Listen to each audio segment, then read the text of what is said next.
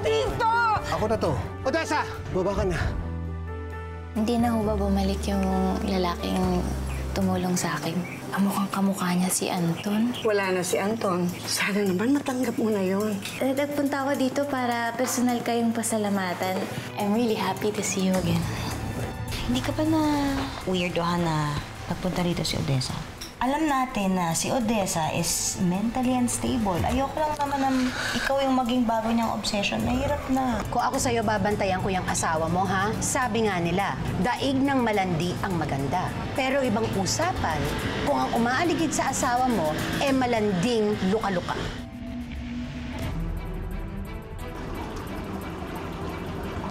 Tessa?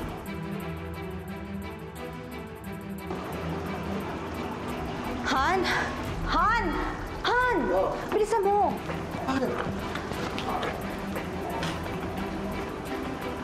Si Odessa! Nakita ko si Odessa! Sa labas? Nakasilip sa atin dito!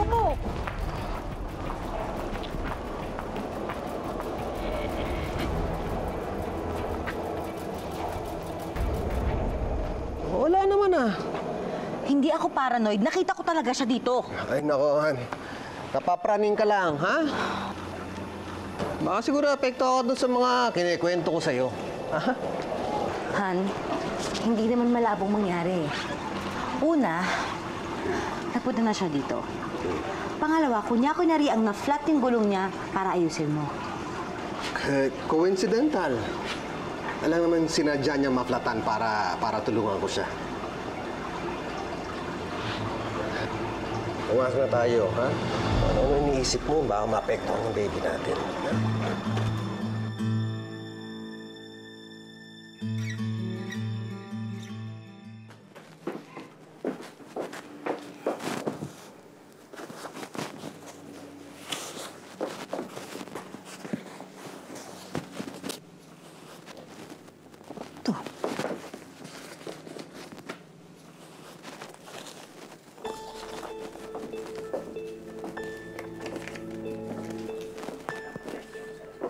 Ano to? Mga bahay ito ah.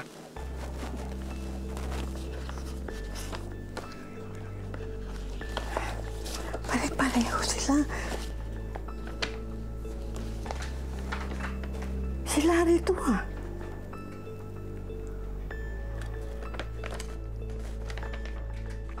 Tumahan lang ako kay Nalala. Yung tumulo sa inyong mag-asawa? Kasi gusto ko mag-thank you sa kanila eh. Wala naman siguro masama doon.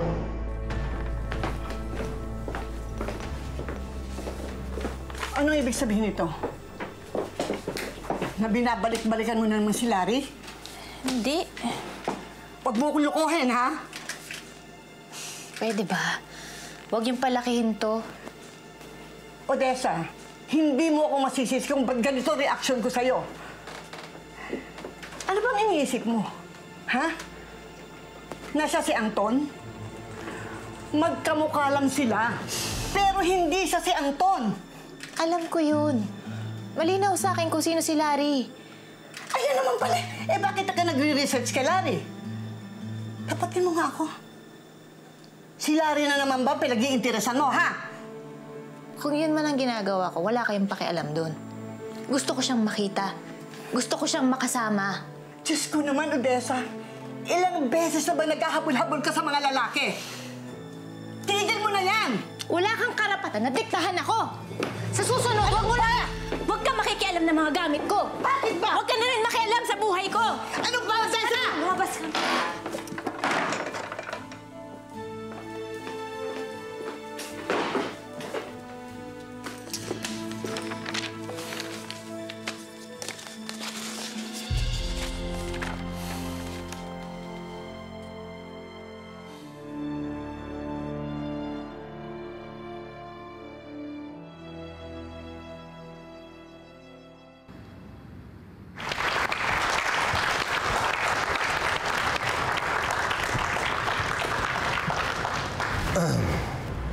More than just a beautification and redevelopment project, this has become very special to me.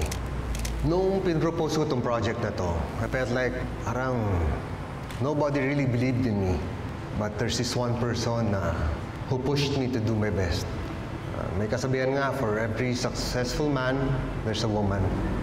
And I'm very happy to have that woman in my life. Ma'am, may naghanap po sa inyo. Sino daw? Doktora, baka hindi niyo ako natatandaan. Ako po yung tiyahin niyo ako ni Odessa. Tita, natatandaan ko ho kayo. Sige, halika, maupo ho kayo. Salamat. Napasugod ako kasi dahil sa nag-aalala ako kay Odessa. Pinupuntahan ba niya kayo? Opo. Katunayan, nung isang gabi, nakita ko siya sa labas ng bahay namin. Yeah, sinasabi ko, hindi ko maintindihan kung anong gusto niya, kung anong mga balak niya. Natatakot ako eh. Gusto ko naman, tulungan niya naman ako. Naiinis ako na hindi ko magawa. Tita, kumalma lang po kayo. Makikinig naman po ako sa inyo eh. Kasi pareho si Odessa at ang kanyang ina. Nakaranas sila ng matinding pagkahumaling. Yung nanay niya, kapatid ko, alak. Si Odessa naman, dala ng ilang lalaki sa buhay niya. Ayun, yung ugali ba niya na siyang humahabol at nagpapapansin. Kaya unti-unti, nasasakal na yung mga lalaki sa kanya eh. Kaya ayan, iniiwanan siya. Wala na tuloy siyang kasama ngayon. Alam ho ninyo, tita, may pattern po yung mga ginagawa niya eh. Kapag may pattern, posible po na meron po siyang personality disorder. And hereditary po siya. Posible rin pong namana rin po niya yun sa kanyang ina. Tita, kailangan niyo po talaga siyang patingnan sa doktor para po sa proper diagnosis and treatment. Kung hindi siya gagaling. Naku, hindi makikinig yun. Ang ikinatatakot ko, yung asawa mo. Kasi siya ang pinupuntirya ngayon ni Odessa eh. Alam ko na gagawin niya ang lahat ng magagawa niya para lamang mapamahal siya at mabigyan ng atensyon na hinahanap niya. Gusto ko. Thank you, sir. Thank you, sir. Next project, ha? Brother Nes, congratulations, bro. Thank You you. nailed it. Thank you, bro. Ano, inuman na? Oo, sige. Sayang, si Evelyn wala dito. Hindi narinig yung speech mo. I'm so proud of you. I'm so happy for you. Odessa, anong ginagawa mo dito? I can't stop thinking about you. I hardly know you. Hindi ko na mapigilan yung nararamdaman ko eh. Simula nang niligtas mo ko, hindi na kita nakalimutan. Ikaw laging laman ng isip ko. I think I'm in love with you. Sandali, ano ba pinagsasabi mo? Ha? Pwede mo, umalis ka na. How can you say that? Iniligtas mo ang buhay ko. Ibig sabihin nun, you care for me. Mahal mo rin ako. Tumawag ka ng guard. Security! Huwag mo naman Bakit ko gawin nga sa to? akin to. I want to be here for you. The way that you were with me, kung kailangan kita. Bitawan niyo ako, hindi ako alis dito, Larry. Larry, I love you. Alam ko, mahal mo rin ako. Niligtas mo ko dahil mahal mo ako. Sandali. Niligtas kita, oo. Pero baliwala yun. May asawa ko at kilala mo siya. Pwede ba umalis ka na? Kunin na, sige na. Sige na, No. umalis din. No.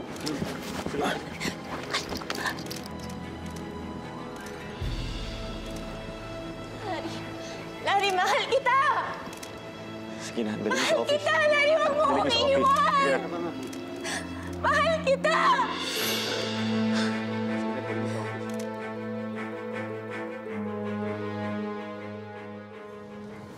Hindi ka ba sinaktan ng Odessa ngayon? She's obsessed with you. Alam mo, nag-aalala ako. Baka mamaya ko anong gawin niya sa'yo. Pag mo ako alalahanin, kaya ko sarili ko. Hindi na makakalapit sa akin yun. Alam mo, sinabi ko na nga sa tita niya na kailangan niyang patingnan si Odessa sa professional. Kung hindi, lalong lalala yung pag-iisip niya. Ito na lang, sa susunod na pumunta yon at lumapit sa akin, papapulis ko siya. Tama na.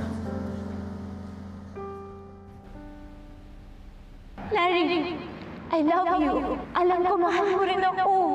Niligtas kita, oo. Pero baliwala yun. May asawa ko at kilala mo siya. Pwede ba umalis ka na? Hindi ako papayag. Gagawin ko ang lahat para ako ang mahalin mo.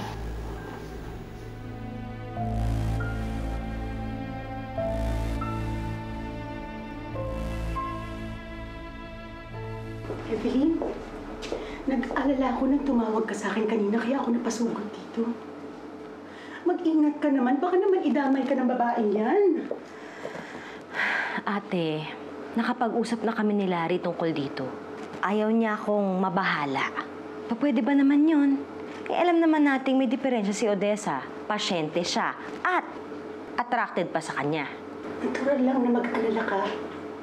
Lalo na luka-luka yung babae na yun. Sigurado ko, hindi yung titigil. Aakitin at aakitin mo ng asawa mo. Ganyan ang gawain ng mga babaeng desperada, Evelyn. Ano ba? Ate, hindi naman ako nagsiselos kay Odessa eh. Kaya lang, sa mga nakita kong ginawa niya at sa mga sinabi ng tita niya, she is capable of doing anything. At doon ako natatakot.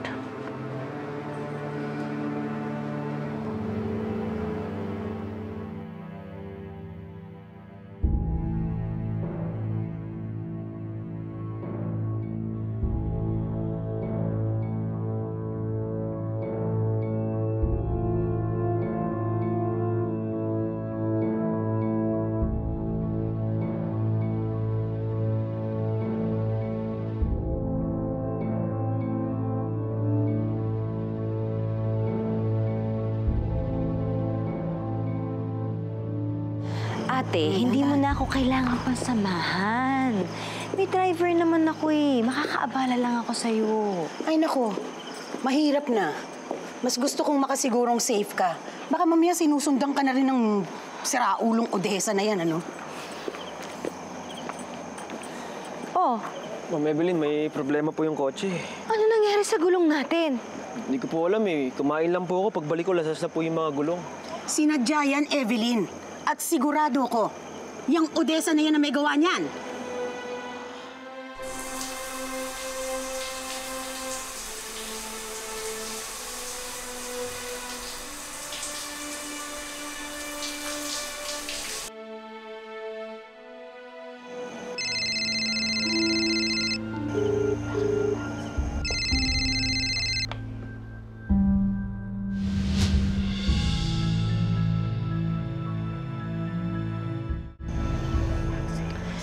Sumasagot si Larry. Tayo mo lang. Ay, may taxi. Sandali, tatawagin ko ha. Sige, sige. Sandali, sandali. Ikaw naman ang bahala sa gulong, ha? Mauna na kami. Ito. Taxi!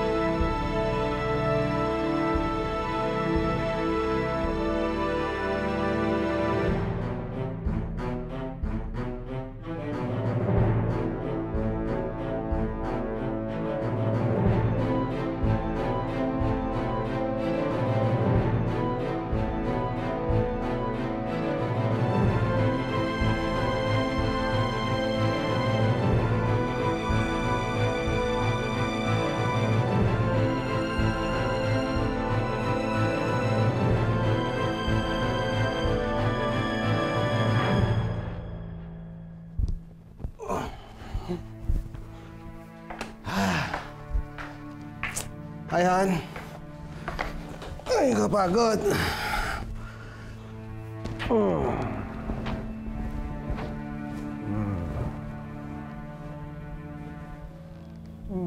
love you.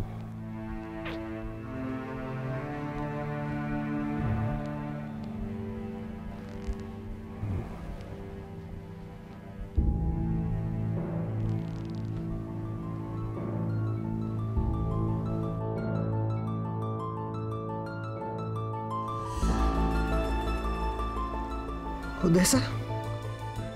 Hindi ako si Odessa. Ako si Evelyn, ang asawa mo. Anong ginagawa mo rito?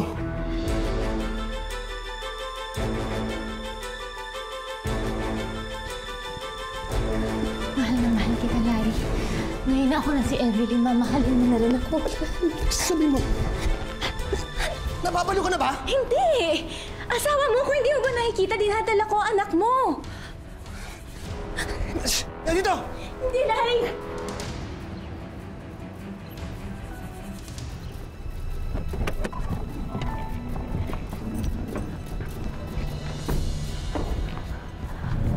Nandiyan ang kotse ni Larry. Ate, andito yung telepono ko. Tawagan mo na lang, ha? Tawagan mo agad ang security. Larry? Diyos ko, mana, ano nangyari? Larry! Lumayas ka rito! Larry! Mag-iingat ka dito sa babaeng to! Anak! Ah! Ako lang ang mahal ni Larry. Ako lang! Ikaw ang sumisira sa amin! Sa'yo dapat sa'yo mawala!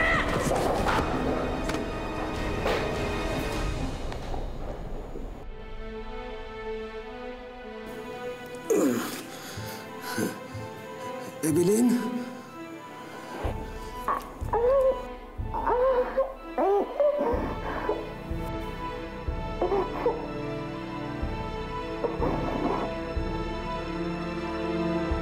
Evelyn?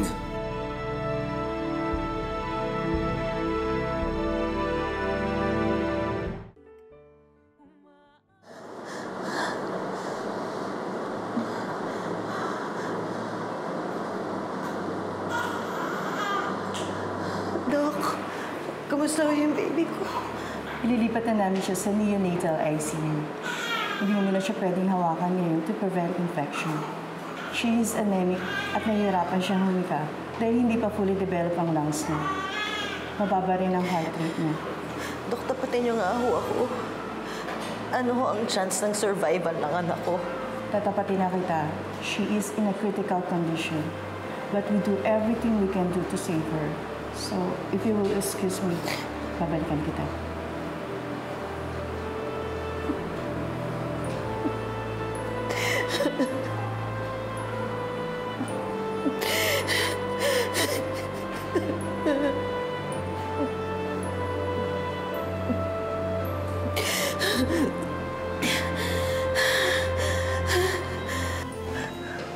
Anak.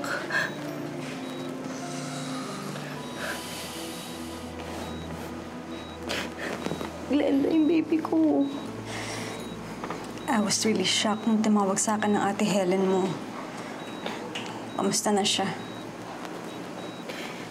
Komplikado yung kondisyon niya eh. Pero sa totoo lang, hindi ko maintindihan kung bakit kailangan niyang madamay sa lahat ng ito. Hindi niyo ginustong nangyari. Isipin mo na lang na makakaligtas ang baby niyo. Malalampasan niyo to. Nandito lang ako if you need anything. I'll be praying hard for you. Pero kinakatakot ko, paano kung mawala sa amin yung baby namin? Hindi siya mawawala. Diba? Kakayanin ni Ana to. She will survive this.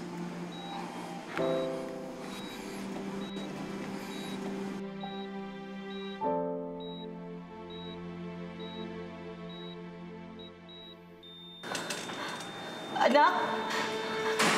Ano nangyari? Larry, tumawag ka ng doktor! Ano nangyari? Alamin mo kung ano nangyari sa anak natin! Dok! Dok! Iligtas niyo po yung anak namin! Iligtas niyo po yung anak namin! Please!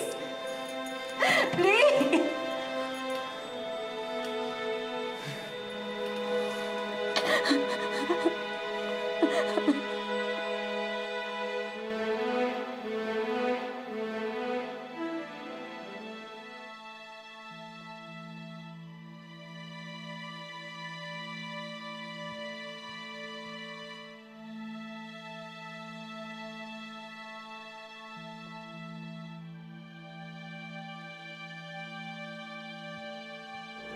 Diyos ko, nagpapasalamat ako sa inyo dahil ipinagkaloob niyo sa amin si Ana.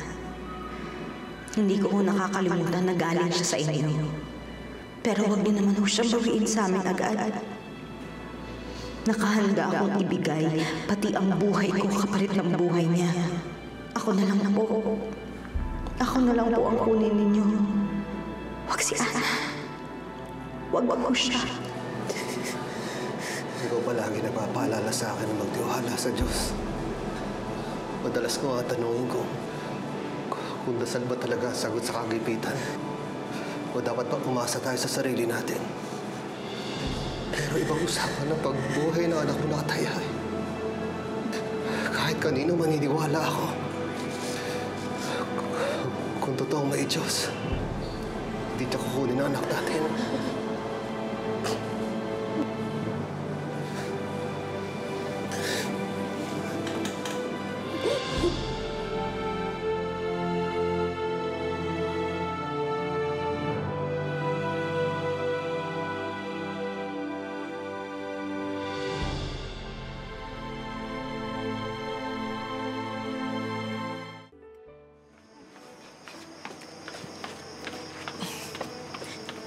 Odessa, saan ka pupunta di sa oras na ng gabi? Ha? Tita, pag may maghanap sa akin, sabihin nyo na nasa malayong lugar ako, ha? Teka, ano ba kaya nasa abroad? Itong bata na to, oo. Sandali. Ay, Diyos ko.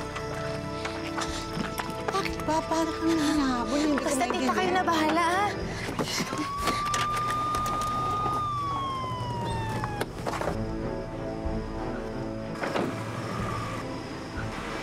Ikaw ba si Odessa Luna? Siya nga, pamangkin ko siya. Bakit niyo hinahanap? Kailangan po niya sumama sa amin. She's under arrest. Ha? Bakit to? Di ako sasama sa inyo.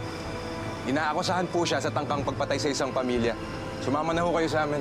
Hindi ito, Diyos ko. Tita, wala akong kasalanan. Wala akong kasalanan. Wag go! Wag mo namang halakin yan! Hoy! Ano ba kayo? Tita, tulungan niyo. Odessa! Tita, Odessa, sumama ka na lang! Tita, tulungan niyo ako! Sige na, oo! Susunod ako! Diyos ko! Tulungan niyo ako! Wala akong ginawa! Diyos ko, Odessa! Sandali lang ako, sasama ako eh! Nahuli na si Odessa ng mga pulis matapos ko mag-report. Mananagot ang babae na yan sa ginawa niya sa'yo.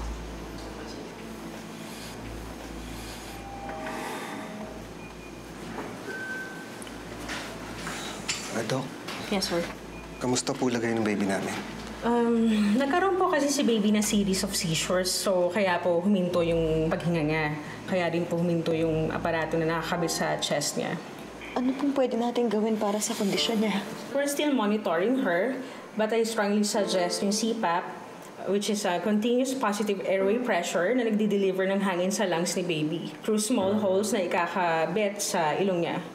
Kung yun ho yung treatment na kailangan niya gawin niyo ho, it doesn't matter kung gaano katagal kami dito sa hospital na to. Ang importante lang naman ho sa amin, pag lumabas ho kami, kasama ho namin yung bata. Sige pa, ma'am, sir. Sige. Salamat.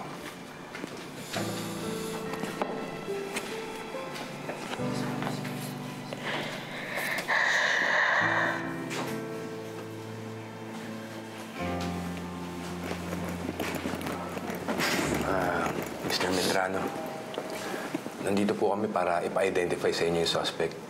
Nandun po siya sa mobile.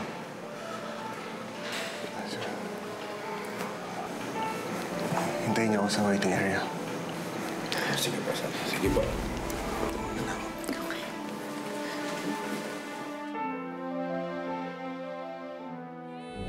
Kala siguro ng mga magulang mo, hindi ako makakaganti sa kanila, no? Ikaw ang magiging kabayaran sa mga kasalanan ng magulang mo sa akin! Natatakot ako! Han, it's been a year. Hindi ka pa ba napapagod? Mahanap pa ba natin siya? O umaasa lang tayo? Paano kung hindi na siya bumalik? Pawin mo yung sinabi! Pawin mo yung sinabi mo! Pawin mo yung sinabi mo! Alam ko na kung nasaan ang anak mo. Sino to? Hindi mahalagang makilala mo ako. Ang importante, dadaling ko ang anak mo sa'yo sa lugar na ito mamayang gabi. Sige, sige! Ano? Ha? Ingay pa, ingay pa? Ha? Ingay, ingay? Ha? Ingay. Hanggang kailan mo ikukulong si Ana dito? Pag pinapahirapan ko si Ana, para ko na rin unti-unting pinapatay si Evelyn. Hindi ka na tao ngayon, Ana. Hayop ka na.